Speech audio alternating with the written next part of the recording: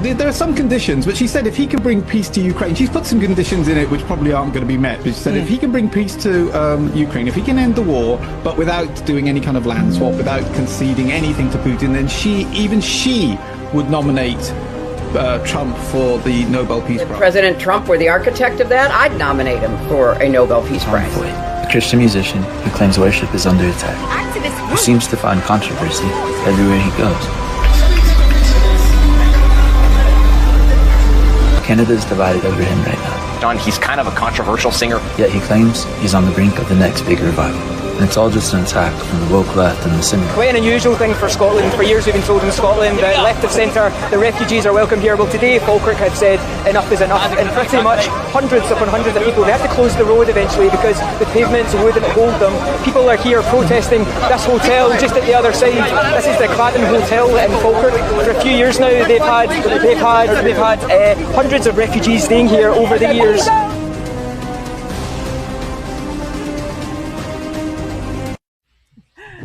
Hey guys, welcome back to Resistance Chicks. We're your hosts, making sure the camera's going to be good today. Wait for, oh no, it's losing its, we're fine. Are you fine? We're all fine here. I'm just trying to be a little nitpicky. There we go. Isn't that great? Leah, you feel like you're sitting back a little bit farther. You know, every time you move the studio, can you guys hear us okay? Every time you go to move the studio outside, things get a little hairy. Everything's fine. We're going to do our world news show. We're in Ohio. Where are you? Love to hear it in the chat. 5x5. Thank you, Donna. So before we get into world news, given everything that is continuing to go on with the SK stuff, I would be remiss in my duties if I didn't tell you that emails are still coming in. What do you mean by that, Michelle? Well, I guess I'm just still a little bit stuck on the you don't have enough witnesses. We have more than enough witnesses for proof that this person is a fraud and a monster. And I just want to, once again, because it's really important to me, thank you guys for being bold enough and brave enough to send us your messages and to speak out about it, because this is how things like this continue to perpetuate, because nobody wants to say anything. And I did actually, so up until this point, I want to make something abundantly clear. We are going to get into the world news here, but I want to make something abundantly clear. Like Leah and I, sorry, I'm still trying to get this. I feel like we're on an angle, but it's okay. Have not, just for the sake of just like calling people that we know who know this person, we have not just like called people to just be like, hey, do you know? You know what I mean? Like, we've not done that. We've only contacted people who were directly involved or who we introduced this person to. Okay. However, yesterday, there were a couple of people that I am friends with or acquaintance with in the movement who I felt like I needed to reach out to and just tell them so that they would know and they would be aware. In the body of Christ, we are told that doing things like that is just gossip. That is why wolves continue to ravage the body of Christ. So because nobody warns grizzly people. Bear on the Yeah, loose, it's like, would you be can't like, gossip about that grizzly up on the hillside there? Don't want I to. saw a grizzly bear and he had already mauled a couple people. Right. So I'm just letting you know, Exactly. is not gossip. I'm so done with it. Like, I'm so done with it. And you guys, Humans can be monsters. right. Exactly. And you guys sent me the clip that SK was on, had Mike Adams on his program. And several of you told me about that. Corey's fit to be tied. Corey Gray is fit to be tied. He's like just ready to come on the show and blow up mind control, because we're going to talk about that with him. But I'm not reaching out to Mike directly because Mike's a lot bit out there right now on the Bible. Yeah, and that's something you guys need to be Praying about. about. Aware of. You don't have to pray for him. Okay. That's a waste of time sometimes, right? Like, I'm just, okay, scratch for the record. What I mean is, unfortunately, we spend so much time praying for like these big giant leaders that like we don't pray for everybody else. Yeah, that's good. You know what I mean? Like, Yeah. if you feel like being led, but don't like make Yeah. this big push because you think you need to change him or whatever. Right. Okay. He has come out against the infallibility of the Word of God. Right. And he just made a post this week, another one. He keeps making them. And it's a kind of a nonsensical, the logic does not add up when he says that throughout the years they have taken taken the words of God and messed them up. Yeah. So that we can't take the word of God, specifically the Old Testament and the apostles, and Paul is just a non-starter for him. Yeah. No Paul. Love Paul. Paul's bad. I love Paul. And the only words that you can take for fact are the red letters of Jesus. Yeah.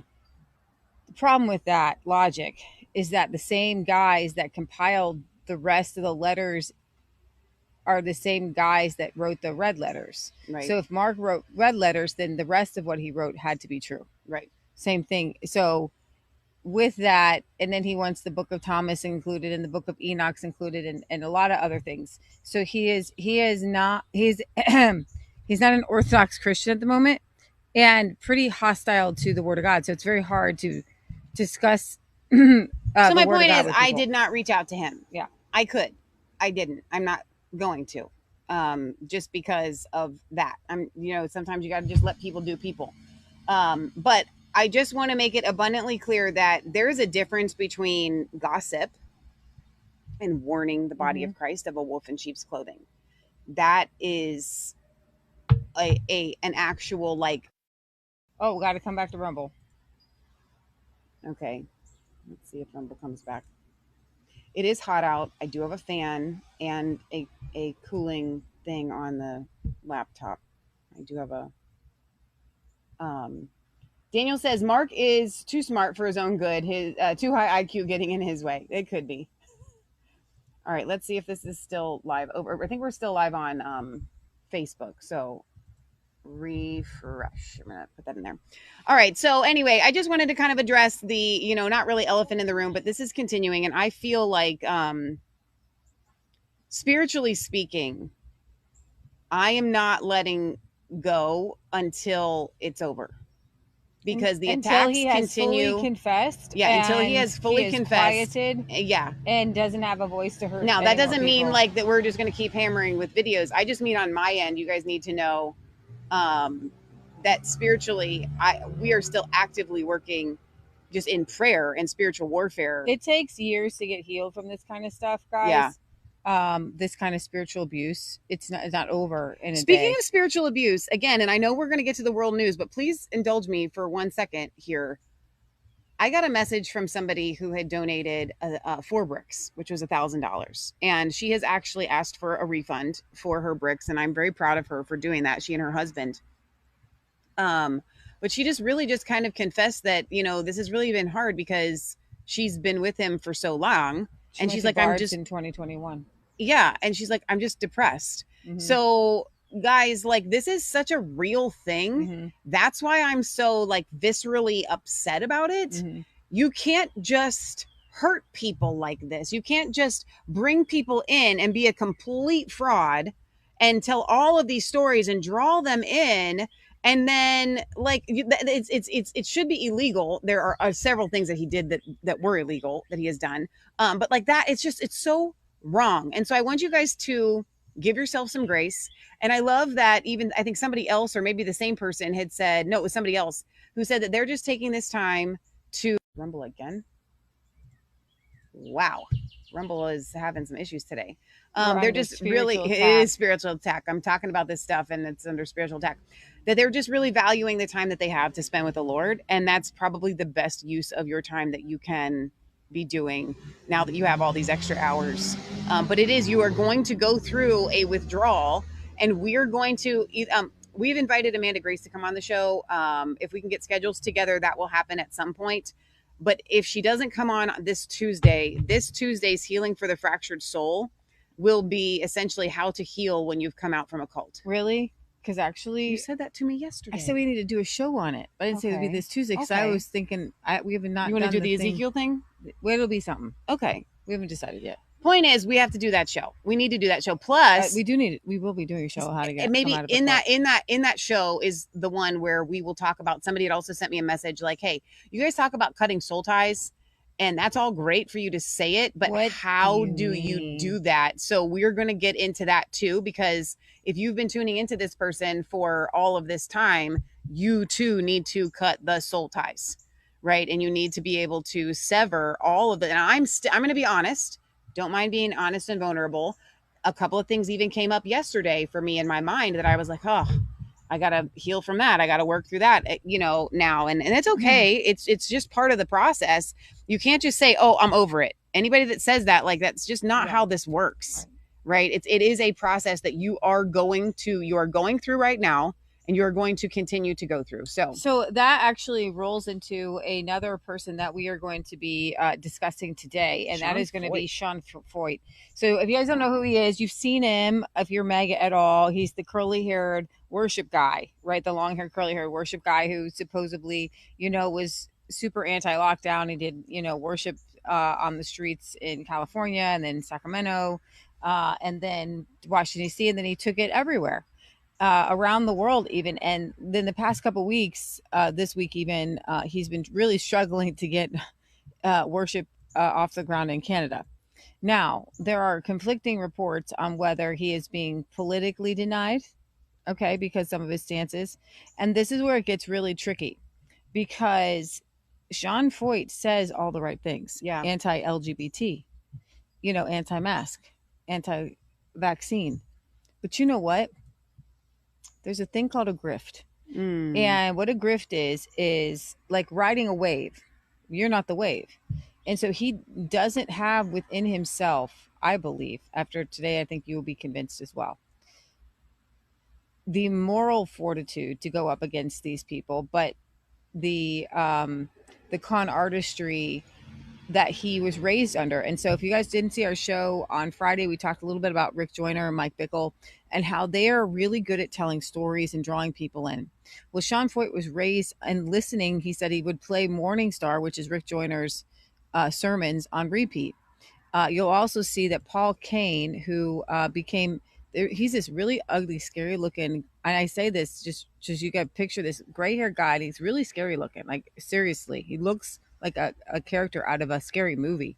And I think it's because it shows what was on the inside. Oh, sure. So Paul Kane had regular homosexual relationships, like regular, like ongoing, like all the time. Okay. Now we can call it that, but he's a predator. Yeah. He's like a Michael Tate, right? Right. So Paul Kane and Bob Jones were like besties. And Bob Jones is like the dude, like the prophet raising up Mike Bickle and then Rick Joyner. Exactly. Well, Bob Jones is dead now, but in the past, at the beginning. That's what I said. Right. That's what I said. He's raised him up. So Bob Jones is the guy who raised up Mike Bickle. It's just I said he raised him up. When you say raised up, I'm sorry. I thought you meant like my mind is like holding up, like the way that Rick Joyner is holding up Mike Bickle. Up as in like a parenthood. I get it. Yeah. Okay. He spoke into it. We just saw Rick Joyner say Bob Jones affected all of us. Right. All of us in the prophecy movement. You heard us talk about Derek Prince, who called them out. Now you have Sean Feucht. So Bob Jones, who had a mother and a daughter defrock. And then it even got worse because I watched another video of Ron Cantor. And we are getting to the world news. I do believe it's part of the world news because everything's world news now. Ron Cantor was explaining what Bob Jones actually did. Uh-huh. He promised this mother and daughter, and the daughter might have even been a minor. Okay. Right. That he said an extra anointing, that the anointing comes on when female and male body parts meet. Hang on, what? So they had to be naked. That's the first you told me of this. I know. I listened to it yesterday with Ron Cantor, who was he knows people who were part of exposing. That's a cult. Yeah. And that's Bob Jones. And so my brother, Devin O'Neill, sends me a text. Pastor Devin. And I don't have it in me right now to text him back and be like, please watch this on Bob Jones before you send another thing on Bob Jones, because I love you. And then our friend with Corey, what's his name? Rod I think it's Rob. I can't remember his name. Rob Rob. Allen. And he posted a thing on Bob Jones. So that's why is this important to me? Because good people, our friends Chris and Debbie Monahan, when we met them, they're like, I didn't never heard of Bob Jones. They're like, you have to hear this Bob Jones prophecy. Revival's going to start. The head's going to be in Ohio. It's going to lift up. And I cry now, thinking that we were caught up in this. I believed it. I was like, wow, revival that that's going to come up, and the head's going to, and we're all telling everybody how this Bob Jones prophesied this revival, and the arm's going to come up in Illinois, and then the other arm's going to come up in Pennsylvania, and then the feet will come up in Georgia, and this revival's going to come, right? I'm embarrassed now, but I think that the way to overcome that is to be honest and forthright and to tell the truth, and God love everybody who really wanted that to be that's a good thing, right? Revival to come, right? You want that. So, but that's where these grifters are coming in. That's where Sean Feucht is coming in. So Bob Jones and Paul Cain was the guy who hooked up with all these homosexuals, and they kept trying to restore him. Rick Joyner kept trying to restore his own leader. Okay. They both were trying to restore their own leaders, by the way. You know what I mean? But Bickle and Joyner trying to restore Paul Cain and Bob Jones is just mind-blowing, because then Bickle has all these victims that he's literally spiritually and physically molesting for all of the time. He's 25, starts with a 14-year-old and just keeps going, never stops. So all these men are big giant storytellers. Okay, so you're going to see some clips. Why am I naming these clips? You're going to see these clips, all these clips of all these guys, Joyner, Bickle, Bill Johnson, raising up who? Sean Feucht. Yeah. Okay, so Sean Feucht sits under Rick Joyner, who is a known alcoholic. Okay, and they're all using you. They're using your good heart. They're using the fact that you want to see God move. Yeah. Right. And so basically they can, if you don't have any scruples, or if you have an extraordinary childlike imagination, you can say, well, God took me into the third heaven. Ron Cantor said this. He goes, Paul went to the third heaven. But you know what he said? He said, I saw things I can't tell you. And he didn't write a book and make $1 million on it. That's true. You know what really I mean? Good. Yeah. So if you're getting taken to the third heaven, you probably shouldn't write a book and make $1 million on it. It's so good. So if I get taken to third heaven and I happen to write a book, you can come back to this video and say, Lee, you said you'd never do that. We'd never do it. I'm trying to. This whole third heaven thing, like all those people get taken to third heaven, but the rest of us, like normie Christians, right? We never get taken up, but they get taken up all the time. And they are always seeing like legit angels in the corner. And I have begged God to see an angel. You have too. So I have. And we have not. I have felt the presence of angels, right? And I had a dream of an angel. You had a dream of an angel. Right. But I never seen. But I do believe that there's angels walking around amongst us. I believe that we've brushed shoulders. I think we've all brushed shoulders with angels. Yeah. And I believe you should tell those stories if you have. For sure. But it just seems... How come all of these guys get taken to the third heaven? Like all of them. And they all see the thing, all these, and they're all like special war councils and stuff. Yeah. It's made up. It's made up. It's made up. All right. So that's the made up stories. So over on Getter real quick. I'm going to drop you guys. We will not have a stream over on Getter. It's the one that's giving us the biggest trouble. Getter. So I'm going to put the live link for Rumble over there. That's the one that's still giving us fit. So I'm going to drop Getter by Getter. So sorry, no show for Getter today. Okay. All right. So the first thing we're going to talk about, though, is Trump and Putin and Trump and Russia and Putin and Hillary. And where'd she go? She came back out of nowhere. She did. She looks great. I thought she was dead. She looks good. Does she really? Yeah. You don't have that clip up? I do, but I didn't watch it. Yeah, she looks good. I watched another clip. I was like, wow. Like, because she was like Death Becomes Her. Like, I'm like, there were times where I would look at Hillary and be like, you about to die. She looks pretty dead here, but anyway. Like, yeah, but I don't know what they're doing. They're giving her baby juice. Filters. Yeah, probably. Maybe. I think you saw her in person. So she is saying that if Trumpy Dumpy is able to negotiate, now there are caveats with her with her there's a big long list. If he can negotiate this peace with Putin and Ukraine, that he could get a Nobel Peace Prize. Let me tell you what she's doing. She would here. Personally nominate him. But let me tell you what she's doing here. She is stroking his ego, right? And she's got caveats on it. So this is her way of trying to manipulate Trump, to manipulate Putin, to not. The caveats are like, no, don't give up any land.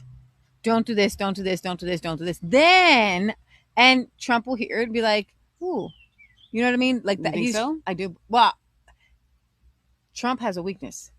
Anybody stroking that boy's ego, gets something. And I don't think he'll be able like to negotiate that kind of peace, though. So that's the problem. Like, he might think that he can, but I don't think that Putin would give up. She's not going to ever nominate him for a Nobel Peace Prize. The point is this is a psychological game to where if you can just get him to think about doing one of the 4 different things, okay, you know what I mean? Yeah, that's the whole point. Well, I could do that. I could do that. I could do that. I could push Putin on that. Okay. All right, Michelle, can you bring this one up? No? Yeah, I can grab it. So Putin is meeting with Trump. So what's standing in the way of this grand compromise? The onus now is on Zelensky to reciprocate Putin's widely perceived willingness to compromise for peace. Putin and Trump publicly confirmed that they found a lot of If President Trump were the during their 3-hour-long talks in Anchorage, but no grand compromise on Ukraine was reached due to a couple of big points.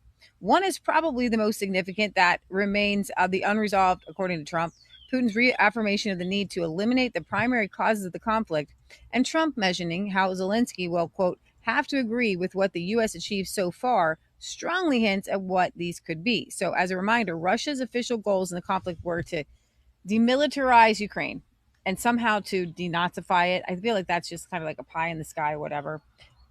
Restore the country's constitutional neutrality and obtain recognition on the on-the-ground reality. Putin suggested that he's become more flexible as of late, which was likely responsible, at least in part, for why he and Trump just met, as well as for Trump's positive assessment of their talks, so he could hypothetically compromise on one, some, or all of these goals.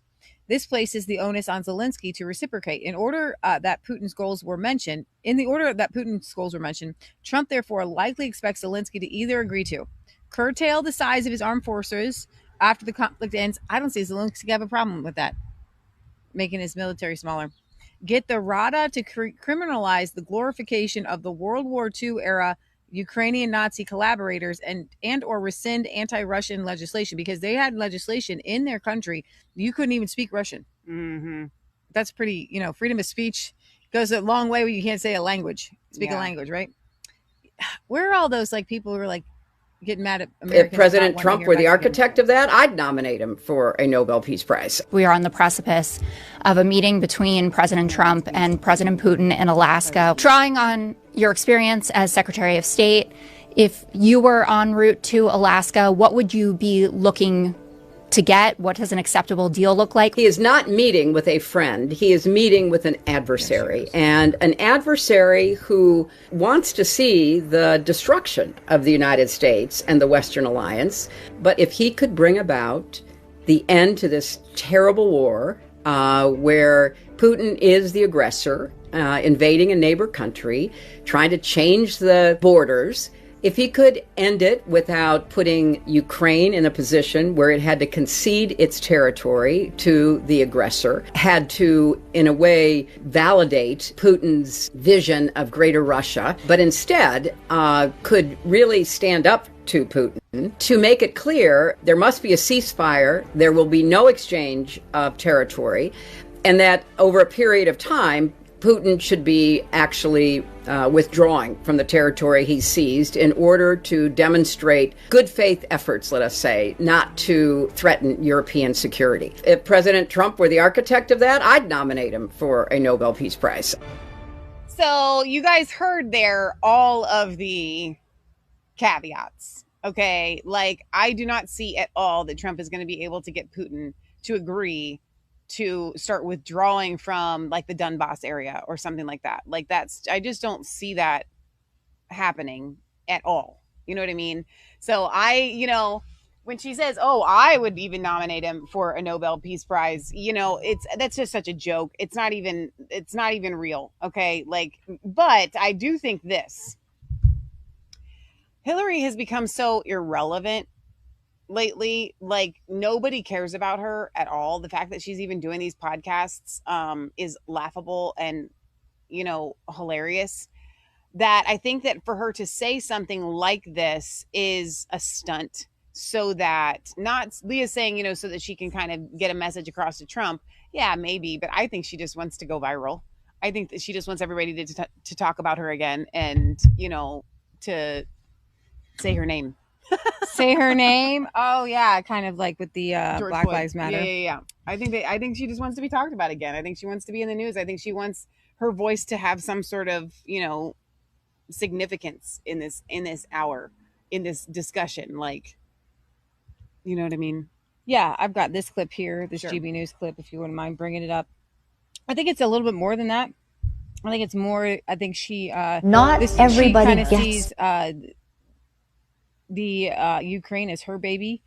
I think the Biden, that administration, they had goals, and I feel like they have seen those goals through, and they would like to see this culminate the way they want to. I think that Hillary is really excited. I think with how things have played out, especially with Lindsey Graham and Mitch McConnell on her side so far, pulling things behind closed doors. You know that she made a lot of money through her Secretary of State connections, and one of those particular outlets was her Clinton Global Initiative, and she funneled so much money through that just happened to go away after she didn't have any say. And I think that she made a lot of deals that had to be followed through, and I think the deep state helped that. And I think that now this is kind of like, these are my kids on the block. I mean, she was the one there with the button that said the Russian reset button back when we were supposed to reset to be kind and nice and friends with Russia again. Right. So she feels like this is her baby. There are some conditions, but she said if he can bring peace to Ukraine, she's put some conditions in it which probably aren't going to be met. But she said if he can bring peace to Ukraine, if he can end the war, but without doing any kind of land swap, without conceding anything to Putin, then she would nominate Trump for the Nobel Peace Prize.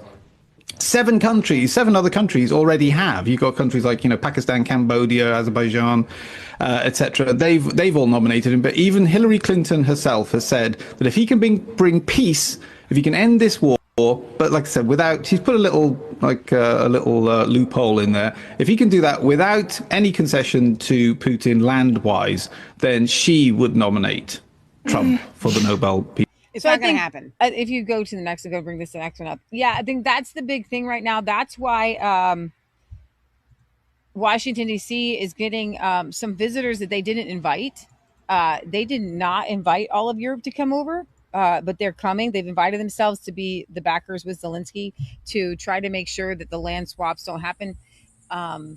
They are trying to be the negotiators. Like the United States is negotiating just negotiating, but it's all of Europe now that's negotiating with Zelensky, because there's something about the Ukraine for them that is important. And I do believe that there is something to the fact that Russia is a totalitarian country, and they're, but I do not believe that they are at all worried about Putin invading Europe like that. I feel like that is a misnomer.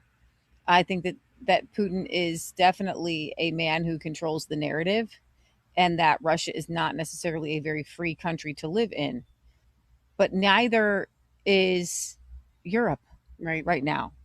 So it was going to just be Zelensky meeting Trump after the Putin meeting, but it turns out now that practically every European leader is also tagging along to probably try and scupper the whole thing and stop Ukraine having to hand over any of its land in any kind of land swap. But anyway, yes. So after the meeting with Putin on Friday, now Trump is meeting Zelensky face to face. That's for definite. He's definitely coming on Monday. But it looks like other European leaders are also attending. I think it might be your dear Starmer as well. Oh, it's just like they're all on a jolly all the time. They've had all these years to try and help to fix the war, and instead they've supplied weapons continuously, which I'm not saying they shouldn't, but they didn't really attempt to get a proper meeting with Vladimir Putin. It was all gung-ho, and now here they are again. Keir Starmer needs to fix quite a few things at home. Yes, and so this is hilarious with the the parade of European leaders now headed to Washington suddenly, as we're on the brink of some sort of negotiation, they're showing that they really never wanted the war to end because it was a cash cow for all of them. Greg, the laundry list of European politicians who will be accompanying Volodymyr Zelensky to Washington, D.C. seems to be growing by the minute. I mean, it's everyone from Macron of France, Merz of Germany, Meloni of Italy, Starmer of Britain, Alexander Stubb of Finland, Mark Rutte, the General Secretary of NATO. Where are they all going to fit? I mean, the White House isn't that big. Yeah, I think they can fit. I mean, look, I'm not sure each one of those individually matters, but I do think collectively it might just demonstrate that there is support for Ukraine in Europe, and that's important to the president too. You know, this can't be a U.S. only support mechanism. So I think it's harmless. I'm not sure it will move the needle that much, but I think it's a decent show of support for Ukraine. I think some of the muscle flexing and, you know, Macron making demands, you know, not giving up an inch of land, that's just all theater. But I do think that it shows that the president is willing to work with the Europeans, you know, contrary to some of his critics. Mm. Now, just finally, we don't have much time, but do you think that President Trump could get this war wrapped up by his first anniversary in office?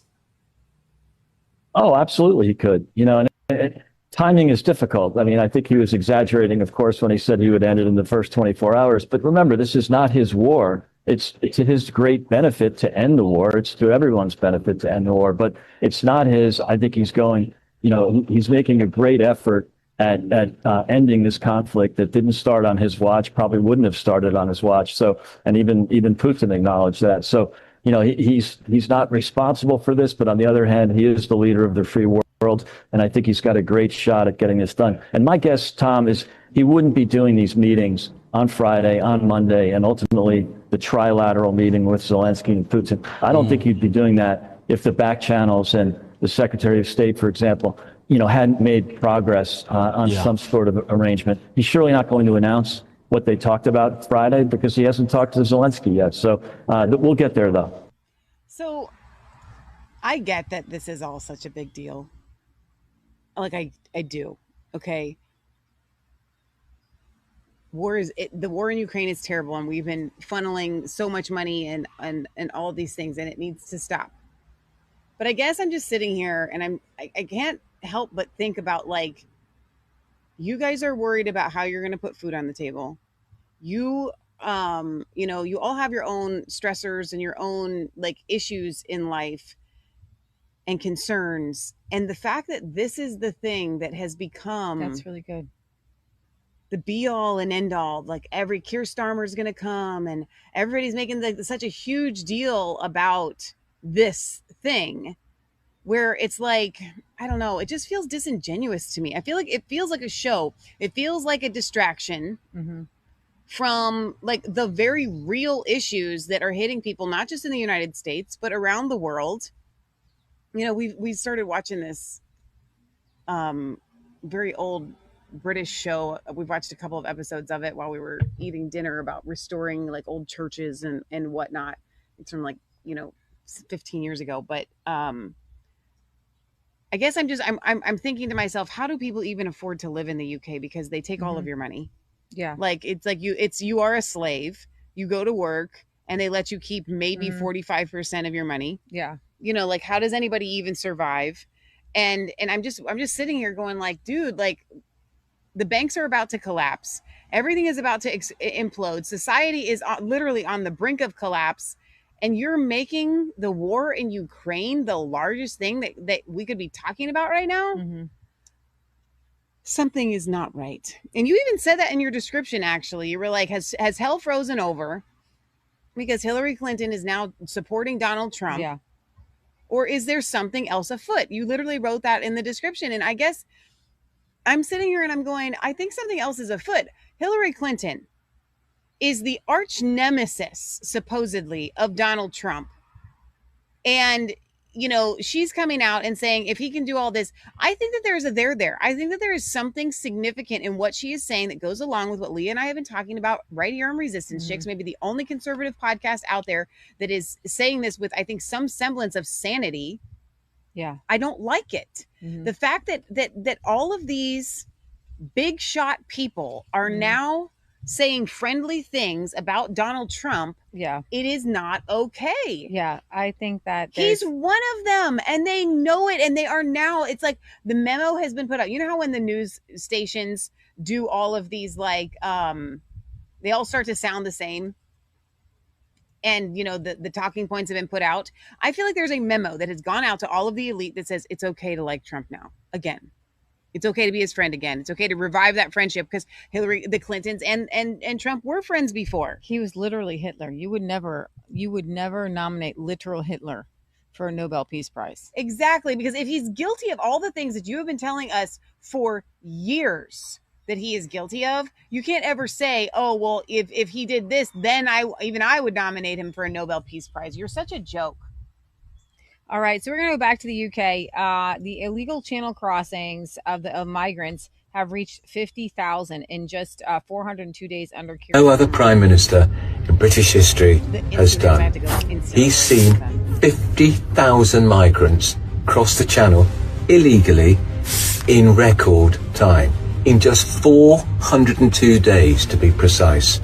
That's how long we've had to put up with this wretched Prime Minister and his Labour government. Boris Johnson, he hit the 50,000 mark, but after 1,066 days.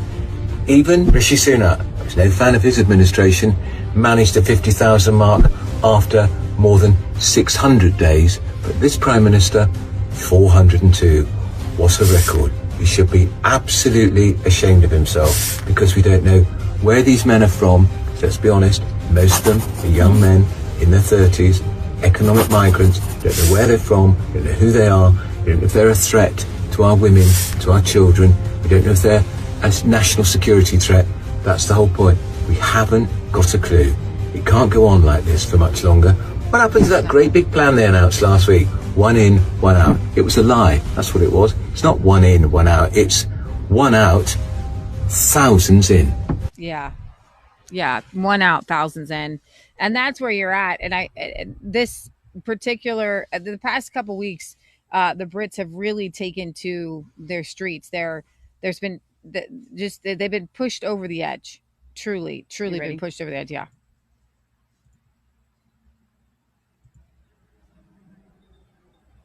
Facing Britain. I think we're heading towards a very, very risky situation. We know that terrorist sleeper cells have come across the Channel. One of them had the profile picture of him stood next to a helicopter carrying 2 AK-47s. Videos of ISIS battlefield footage, beheading videos in what appeared to be northern France with semi-automatic weapons. This is heavy. At what point does charity become insanity? All of these gangs are also operating from in Britain.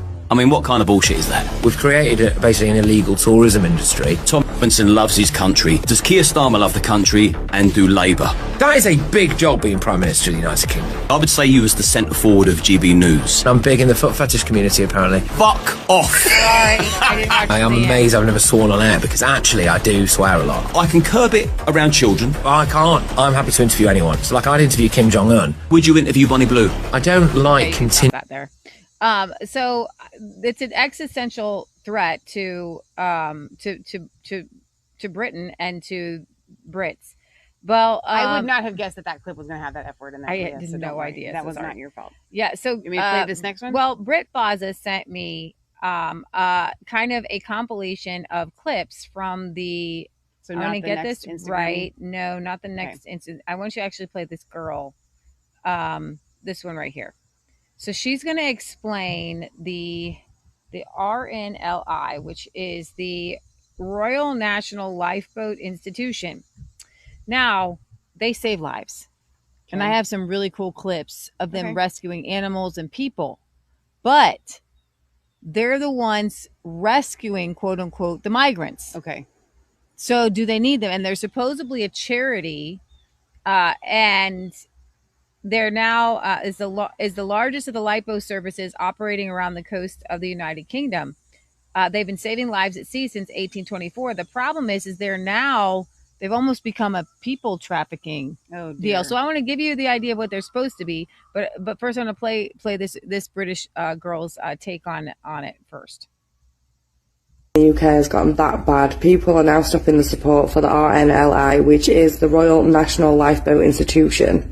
And they're doing this until they stop helping the rubber dinghies when they get into the British seas. And if you weren't quite sure what they do, they work in partnership with the Coast Guard and other emergency services, but are an independent charity that rely on volunteers and donations. Now, in my opinion, I think the RNLI should be stripped of the charity status that they have, due to the fact that they've been doing this for years. And it's only now that the situation is getting that bad that people are actually clicking on about it. I did a video about this on my old account. Oh, and if you didn't know, the CEO of the RNLI is paid a yearly salary of £175,000. Wow. This was a salary set for the new CEO of 2024.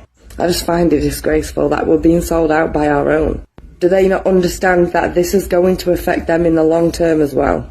And I also find it disgraceful that this organisation that sits deep within our hearts is facilitating something like this.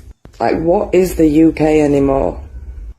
Wow. Okay, so I'm going to show you some clips on why this particular organization does sit so well in their hearts. These videos have millions of views on YouTube. So here's one where the RNLI rescues an injured dog after falling 100 feet from a cliff. Oh, there. There you go. This is the dramatic moment. An RNLI lifeboat crew arrived to rescue Yogi the spaniel after he plunged 100 feet off a Devon cliff. We'll walk the boat in. Okay. Okay, right. He looks quite injured. Carefully making their way up the rocks, the rescuers head towards the petrified pooch, trying hard not to scare him. He's just having a bit of a wee. He's a bit nervous. It's all right. It's all right. Cowering on the cliff edge in Tor Bay. Yeah, come on. He has to be coaxed off the cliff and into their arms. I know. We are here to help you. It takes some persuading, but after a bit of belly stroking and a lot of patience, Yogi is happy to come down. Stop it. Good boy, Yogi. Good boy. That's it. Make sure you keep your visor down. Good boy. Yogi. There's injury to the head and the eye. By the looks of it, there's bleeding from the nose. In spite of a number of injuries, Yogi is expected to make a full recovery and is taken safely back to shore.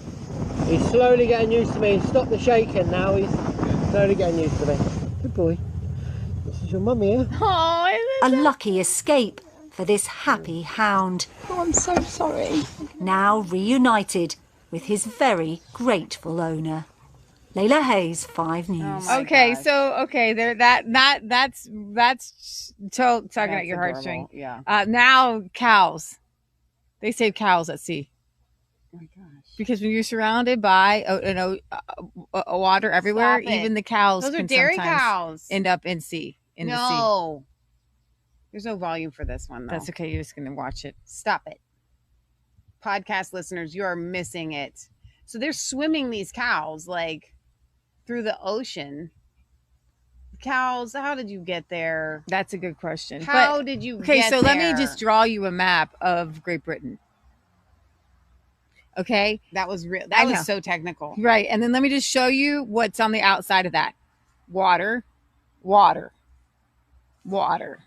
Okay? That's generally how islands work, Leah. So I can see how cows might end up in the ocean because, oh my god, and in America we don't really They're have. going into like a cave. That one's gonna be like dead. I am worried.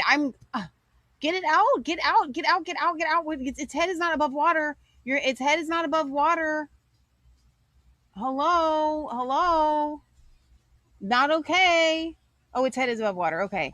Oh, I'm terrified. I'm so scared. It's in a cave. Leah, I can't watch this. This is making me so scared. Do you have another one you want me to get? Yeah, this is terrifying. Poor cows. I don't know why I have that one up. That one shouldn't be up. Not this one? It'll be the animal rescue one. But we're not done with the cows yet. I know. I'm grabbing it ahead of time. Okay. Not this one? Yeah, that. Yeah.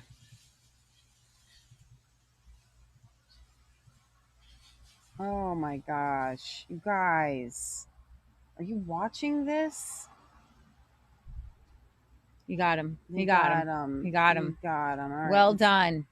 This is so these guys they're puppy rescuers now. They're cow rescuers.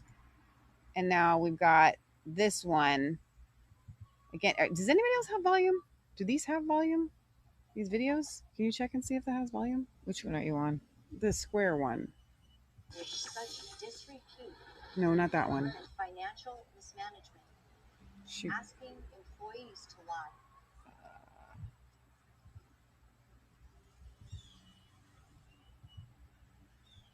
You can skip to the next one that has volume. Okay. That one does. Okay. So again, to remind you guys, this is the abbreviation? The RNLI, the Royal National Lifeboat something institution.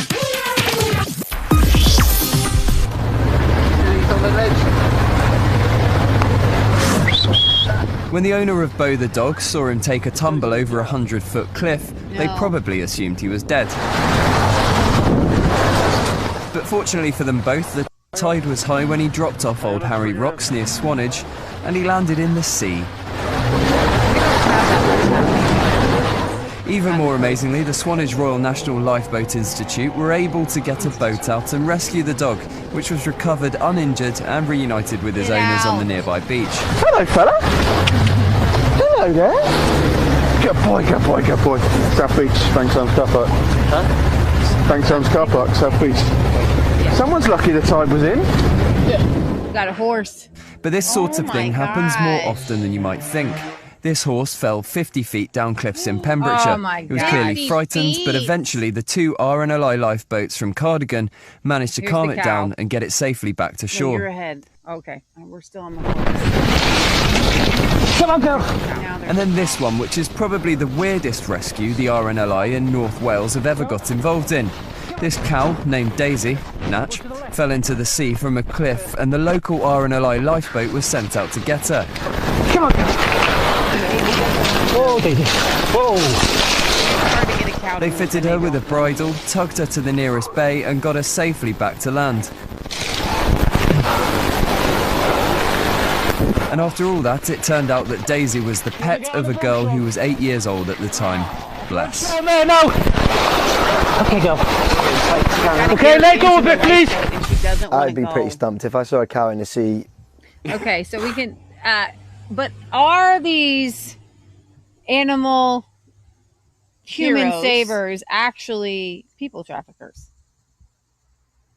Cool, all right. Let's talk a little bit about the Royal National Lifeboat Institution, the RNLI. People that are not British might not have heard of it. I know we've got a massive American audience and people all around the world, so they may not have ever heard of that. But it used to be a great institution. I mean, it's a couple of 100 years old. On the face of it, on paper, a great thing, right? To try and save people that are lost at sea. I think there was a big storm. Ships used to get lost at sea all the time in the pre-modern age, like the 18th, 19th century. There was one particular really bad one where loads and loads of people drowned, and they thought, if we had just a couple of boats there at that time, we could have saved loads of people. So it grew out of that.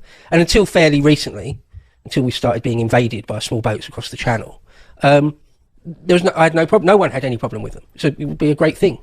But in recent times, or since the boat invasion has happened, people have began to have some concerns about their role in it all. And so let's just talk about that a bit. I mean, they put out a tweet, just sort of doubling down on what they're doing, and they sort of very disingenuously saying, "We're just saving lives at sea, bro. We're just." We don't need the volume of people screeching. So where the small boats often are sort of too packed and they capsize, particularly in bad weather. I mean, the channel is freezing. I mean, all the sea, unless you're in like the Bahamas or something, will be freezing. You haven't got long in the water. So one take is I don't actually want people to die at sea. So if they have actually capsized in bad weather, save them. But then, they should be detained and sent back, not just put into general population. So, okay, that's one of the things the RNLI are saying. We just save lives. Well, that's a bit disingenuous because they're doing more than that. I mean, Nigel Farage and others have noticed that they just seem to be ferrying people across. We see images like this all the time, where they just seem to be acting as some sort of taxi or ferry service. So on days when the sea is fine and the boats haven't capsized or anything, they go out into the channel and basically escort them onto our shores, where of course eventually they're put in a hotel somewhere near you. And who knows who they are. I mean, they're nearly always men. Sorry? Or near your daughter's school. Right. Or near your That's a daughter's frequent school. one. And they're nearly always just young fighting age men. Oh, look, 2 thumbs up from that guy. Invaders. Just straight up invaders that shouldn't be here. They don't look very wet, do they? And so I thought it was a bit cheap, really, for the RNLI to pick a particular clip where they're literally saving lives, which again I haven't got any problem with. I'm not an actual monster. So, but they were sort of saying this is what we do. We're just saving lives. You're doing more than that, though. You're facilitating an invasion, a wave of God knows who, sex criminals. You're aiding statistically, people traffickers. Or worse, yeah. So you're doing the job of the people traffickers to some degree. I mean, the comments under their tweet is, you get 1 or 2 saying, no, you're doing a great job. I can't imagine most of them were very positive. We see this every day. It is, well, quite literally every day, apart from perhaps on the worst days in winter when the channel is too choppy for the invaders. So you can pause that. You think about it and you're like, listen, they know you're there to rescue them. Yeah. They know that's what you're going to do. So they go out into the water and they're taking advantage of the fact that you are going to rescue them. And that's the point. How do you, so I guess my question is, how do you not be like he said, like, I'm not a monster. I don't want people to like literally die. Like you sit there and you watch people like, whatever. What is the answer for the UK to stop these boats from coming over, just sending them back? Like, okay, we've rescued you and then we ferry you back. You have to stay in France, and they could be guarding their channel, the channel border. Yeah. Way before that even get The to UK the point. could. Yeah. Yeah. Okay. I think that's kind of the point. And I actually have thought I had a clip on that. Nope, I thought I did, but I don't. But basically stopping them in France before they even get here. So a lot of people are upset. So you've seen that I love the rescues. I mean, give me all the rescues all day long, right? Of the animals. But unfortunately, they are now people smuggling. And if maybe the people were arrested right away, but when you're seeing them as now, okay, yes, these people now like basically robbed the bank, or you saw like the Allahu Akbar video that we played last year or last week when they were like Allahu Akbar, Allahu Akbar. So what do we do? Do we rescue them? No. Well, actually, then the government needs to have this ready to go. You're arrested, you're sent back, and you're told don't come back. Right? Don't come back. You can't be here. So using this particular group of people and using the people's heartstrings on something that is very real, it's a real issue. I think that it's wrong to do. Okay, Michelle, I've got over here. Let's do this one. These aren't far-right thugs. They're mothers, daughters, and families. So, of course, the protests have gone on this week. And the narrative would be, are they the young men with tattoos, far-right, issuing all kinds of threats? Right. No, they're actually the people out there protesting are families, their moms, their dads, their kids, actually even out there who want a safe environment. And the RNLI is facilitating invaders that are making homes and places and communities not safe.